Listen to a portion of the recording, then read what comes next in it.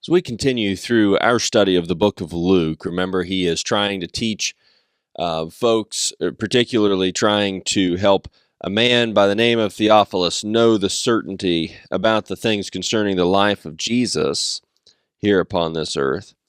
And so we pick up our study in Luke chapter 15 as we're continuing Jesus' journey to Jerusalem here. We're in part number 6. And really, we're going to focus in this particular text in verse 1 of chapter 15, go through all of chapter 15, and come into chapter 16 and verse 13. Jesus had been teaching in the house of a leading Pharisee, if you go back to chapter 14 and verse 1, and then Jesus left, and great crowds followed him in chapter 14, verse 25. Jesus taught them concerning the cost of being his disciple in verses 25 to 35. Now, Jesus' teaching shifts to answer some criticism about who was with him. We begin in chapter 15, verses 1 through 10, and see the parables of the lost sheep and the lost coin. Let's read these first 10 verses. It says, all the tax collectors and sinners were approaching to listen to him. All the Pharisees and scribes were complaining. This man welcomes sinners and eats with them. So he told them this parable. What man among you who has 100 sheep and loses one of them does not leave the 99 in the open field and go after the lost one until he finds it? When he has found it, he joyfully puts it on his shoulders, and coming home, he calls his friends and neighbors together, saying to them, rejoice with me, because I have found my lost sheep. I tell you, in the same way, there will be more joy in heaven over one sinner who repents than over 99 righteous people who don't need repentance. Or what woman who has 10 silver coins, if she loses one coin, does not light a lamp, sweep the house, and search carefully until she finds it? When she finds it, her friends and she calls her friends and neighbors together, saying, rejoice with me, because I have found the silver coin I lost. I tell you, in the same way, there is joy in the presence of God's angels over one sinner who repents. Now, if you think about just particularly in verses 1 and 2 for a moment, we see tax collectors and sinners were coming to Jesus to listen to Jesus. And Jesus welcomed them, and he ate with them. And this is not the first time we've seen that. Remember, after he called Levi to follow him, and Levi hosted this banquet for Jesus and invited the tax collectors and the sinners to eat with them, to kind of introduce them to Jesus. Well, we see these are the ones who are approaching Jesus. They're wanting to know who he is and what he has to say and various things. But then we've got the Pharisees. The Pharisees and the scribes, they look down on these folks, considering themselves to be righteous. Jesus will teach a parable about this over in chapter 18 of Luke in verses 9 through 14, about the parable of the tax collector and the Pharisee. And so how the Pharisee, how they trusted in themselves that they were righteous. Kind of the general mentality of the Pharisees. They looked down on these others. And so they complained. They wouldn't keep company with such people. And so they complained about Jesus keeping company with such people. Now, always we see Jesus wasn't with the sinners to do sinful things. Jesus was with the sinners to try to win the sinners to God. And we see that even depicted in this parable, or these two parables. So now as we come into verses 3 through 10, we get these two parables. And in fact, Jesus is going to tell 3 parables in response to the situation. The first 2 we're going to kind of take separately from the last one of these three, but they're all connected to the same situation, the same context that we just noted. So in the first parable, we see 1 out of 100 sheep became lost. Yet the shepherd left the 99. Those 99 were in no danger. And he leaves them to go and search for the lost one until he found it. There was diligence in searching for the lost. Matthew 9, verse 36 rings out as we think about this passage, in that Jesus would look at the crowds of people and see them like sheep without a shepherd, weary, distressed, like sheep without a shepherd. He saw the spiritual needs of the people who were around him. And Jesus did that as it related to these tax collectors and sinners here. And so when he found it, when the shepherd finds this one lost sheep that was important to him, he carried it home on his shoulders and rejoiced with others. Then in the second parable, a woman lost 1 out of 10 silver coins. She lost, it's a drachma. It's equivalent to a Roman denarius, which is a common day's wage. And so she loses one of these coins. Well, this woman then, you can imagine losing a day's wage, whatever that is equivalent for you. And you've lost that. You've got 10 days' wages in your house, but you lose the equivalent of 1 day's wage. Well, that's not insignificant. And so this one does everything necessary. Look at the provisions that are made in the text. She lights a lamp. She sweeps the house. She's making the provisions to be able to search for this one. And then she searches carefully until she finds it. She's not just going to sit by. She's going to act and be diligent until she finds it. When she found it, she rejoiced with her friends and neighbors. Now, when you step back from these parables, you think about their applications. Both parables represent God as the one who seeks the lost and who rejoices, along with his angels, when the lost one is found. Now you think about, again, the context that we're dealing with, and the Pharisees are looking down upon the tax collectors and the sinners and complaining that Jesus is spending time with them. But these parables help us to see why Jesus was concerned with them, to spend time with them. They're like a sheep that's gone astray.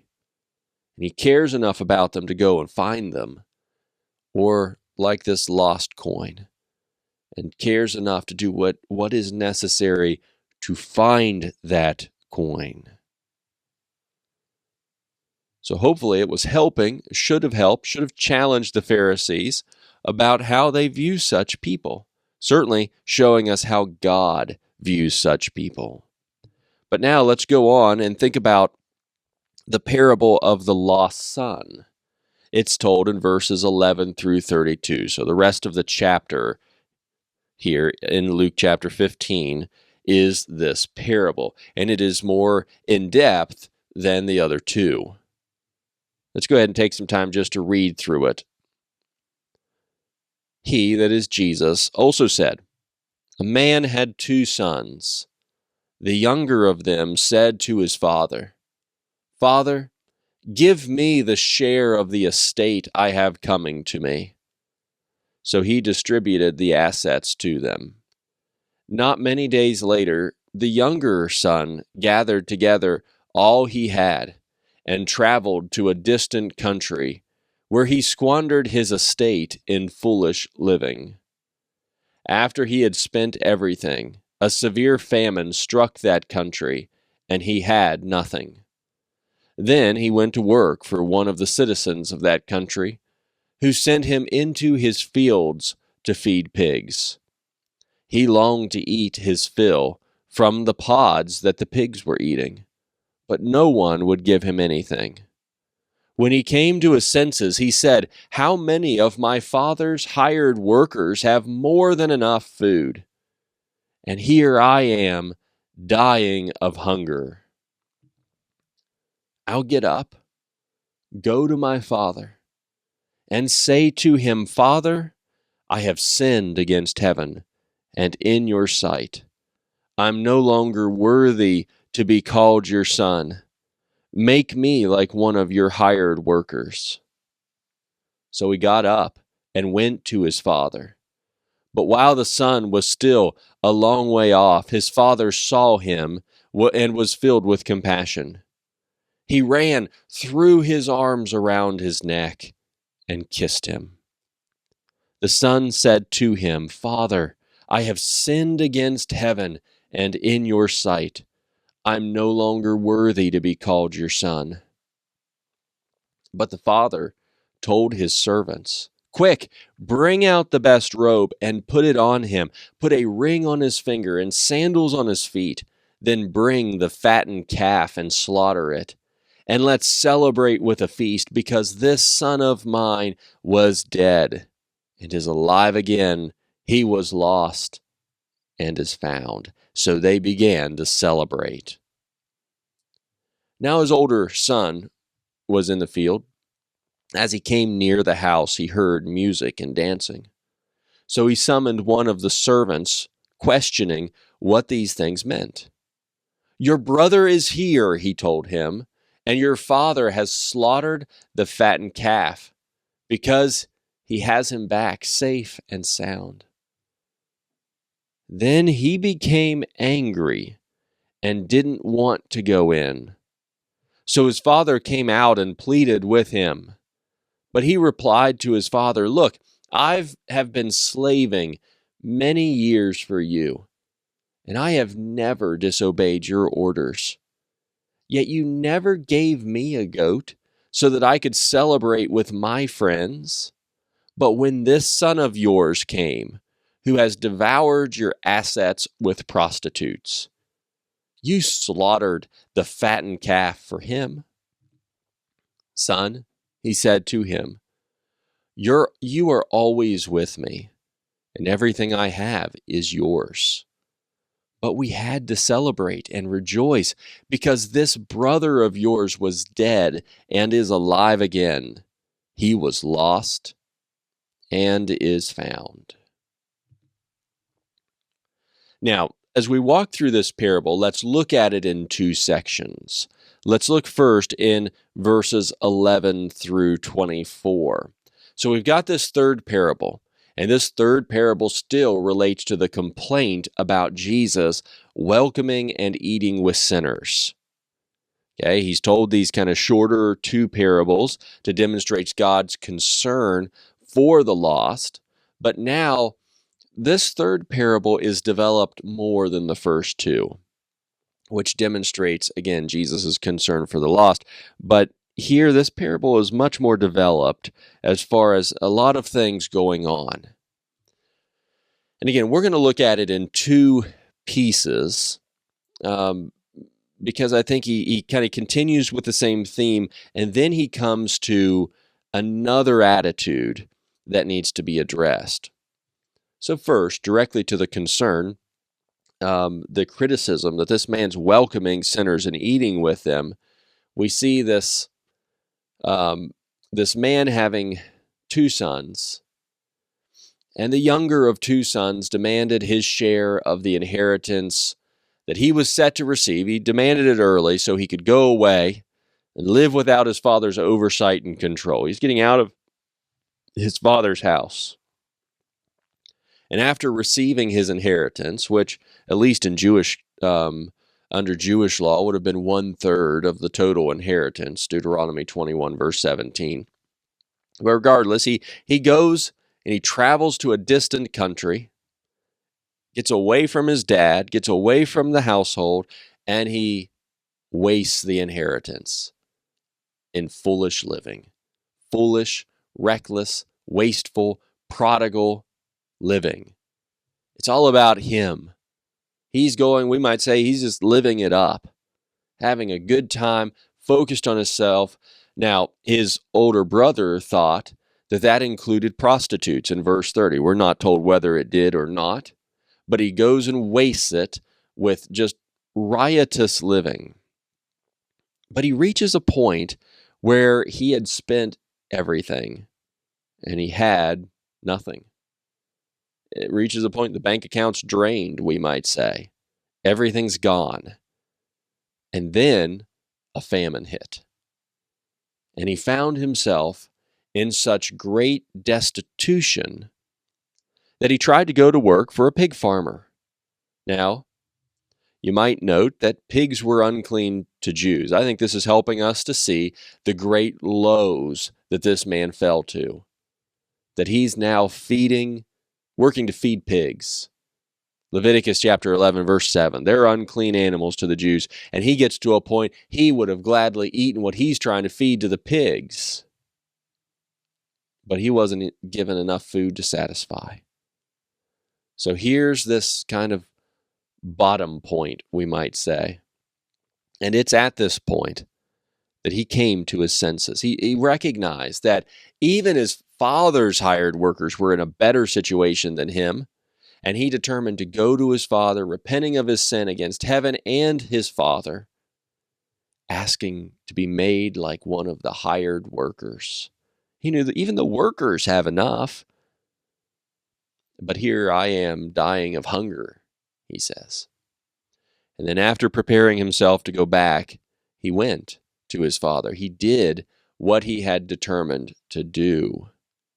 Notice the father's response to seeing his son return was one of compassion, love, and acceptance, including the acceptance of him as his son. And you see this acceptance in all of these, the gifts, the reception that the father gives.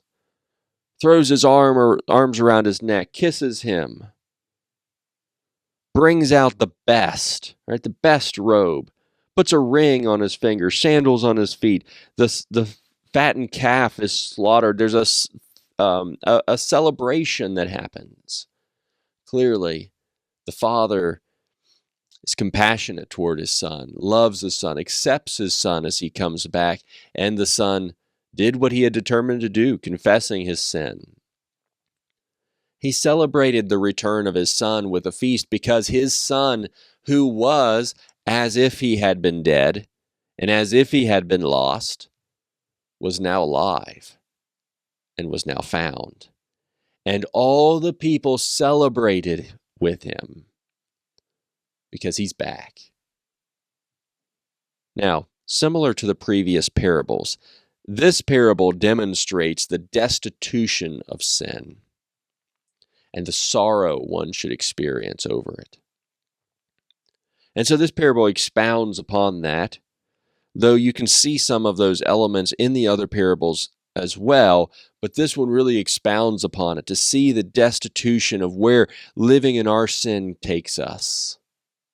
But then it also demonstrates God's concern, who's representative of the Father, for the lost. Right? The Father's glad to have his son back, welcomes him back, and therefore it demonstrates the reason Jesus got involved with sinners. But then as you come to verses 25 through 32, here's the next piece of this parable. And in this next piece, it now focuses on the response of the father's older son, who had never left. And he heard the music, and he heard the dancing, and he inquired about what was happening. And when he was told about the celebration, because of his brother's return and his father's reception of his brother, he was angry and did not want to go into the feast. And so his father came to plead with him to join them and be joyful over his brother's return. However, this son was self-righteous, and he did not approve of the reception of the younger son, who he said had wasted the father's assets with prostitutes. Why are you receiving him back, is his attitude. And he's jealous, envious over the way that his father is receiving this son back. And he complains that such a feast had never been given for him. And to this, the father simply replied that the older son had access to all he had, but it was right to celebrate and rejoice over the younger son who is now alive and found. Now, this part of the parable is apparently directed at the Pharisees and the scribes for their self-righteous attitude toward the sinners Jesus was with, like this older son. However, notice the father's concern for both of his sons, and really neither of whom was living how they should. Yes, one had been living immoral, but the other one's self-righteous, and it comes out in this particular context. And so the father's concerned about both his sons, just like God is concerned for all people. He is concerned for the sinners, and Jesus has demonstrated that. But Jesus is also demonstrating that God's also concerned about the Pharisees and their self-righteous attitudes. Jesus therefore demonstrated it was right for him to be with sinners so they could be saved. Next, let's go on to another parable that Jesus teaches. In chapter 16 and verses 1 through 13, we get the parable of the dishonest manager. It says, "Now he said to the disciples, 'There was a rich man who received an accusation that his manager was squandering his possessions. So he called the manager in and asked, "What is this I hear about you? Give an account of your management, because you can no longer be my manager." Then the manager said to himself, "What will I do? Since my master is taking the management away from me, I'm not strong enough to dig.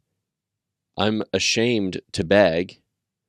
I know what I'll do, so that when I'm removed from management, people will welcome me into their homes."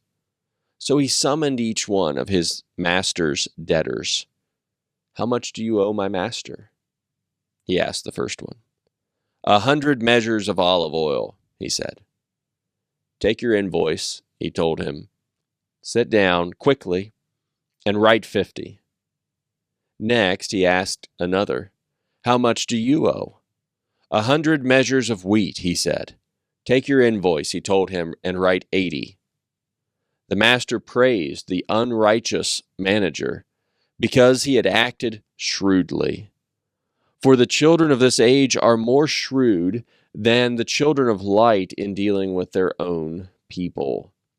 And I tell you, make friends for yourselves by means of worldly wealth, so that when it fails, they may welcome you into eternal dwellings. Whoever is faithful in very little is also faithful in much, and whoever is unrighteous in very little is also unrighteous in much. So if you have not been faithful with worldly wealth, who will trust you with what is genuine? And if you have not been faithful with what belongs to someone else, who will give you what is your own? No servant can serve two masters, since either he will hate one and love the other, or he will be devoted to one and despise the other. You cannot serve both God and money." So let's take verses 1 through 8 to begin, and the parable itself. Jesus teaches another parable, apparently in the same setting as the previous ones, albeit he directs it toward his disciples. Now we know that others also heard. Verse 14 goes on and says that the Pharisees were listening to all these things, but he's really teaching his disciples, directing it toward them. And so in this parable, a rich man received an accusation against his manager who's in charge of his business dealings, that the manager was wasting his possessions. So he had to give a report of his management, and the master determined that the manager would no longer hold his position. Well, the manager determined he was not strong enough to be employed through hard labor, like digging, and he was too ashamed to beg to get what he needed for survival. So, in thinking about what the situation that he was going to soon be in, we see that he shrewdly and dishonestly went to work gaining favor with other people so they would welcome him into their homes. Before he was fired, he slashed the debt that people owed his master. And the master praised this unrighteous or dishonest manager for his shrewdness in thinking ahead. Now notice, he wasn't justifying his unrighteousness. The focus in this is about his shrewdness. And Jesus teaches, here's the point of the parable. The point is that children of the world, those who are focused on the world, often demonstrate more foresight, demonstrate more zeal in their dealings for things that don't last than children of light, those who are focused on righteousness, than they do for things that last.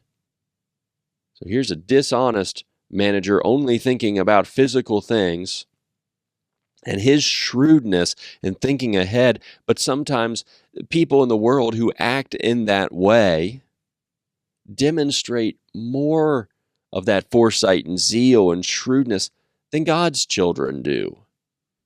And so he's teaching to learn in that capacity. But then you come to verses 9 through 13, and Jesus applies this parable to instruct that his disciples should use unrighteous money or worldly wealth to do good for God's kingdom, making friends by its means, so to speak, using it to do good. 1 Timothy 6, verses 17 through 19. We can have money, but we got to use it in the right way. And ultimately to use it in ways to help other people come into the kingdom of God.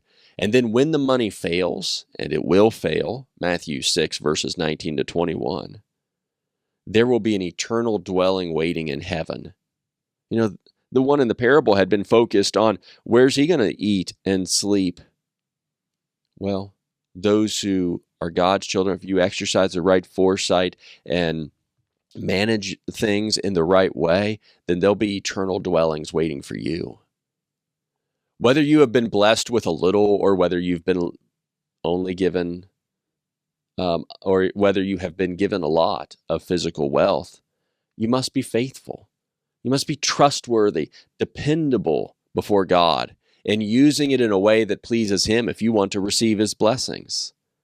Therefore, you must possess foresight and shrewdness in how you manage what God has blessed you with, as much as worldly people demonstrate over temporary things.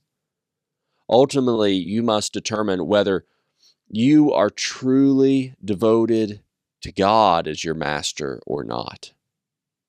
Because, you cannot serve two masters, he shows. You cannot serve two different masters at the same time.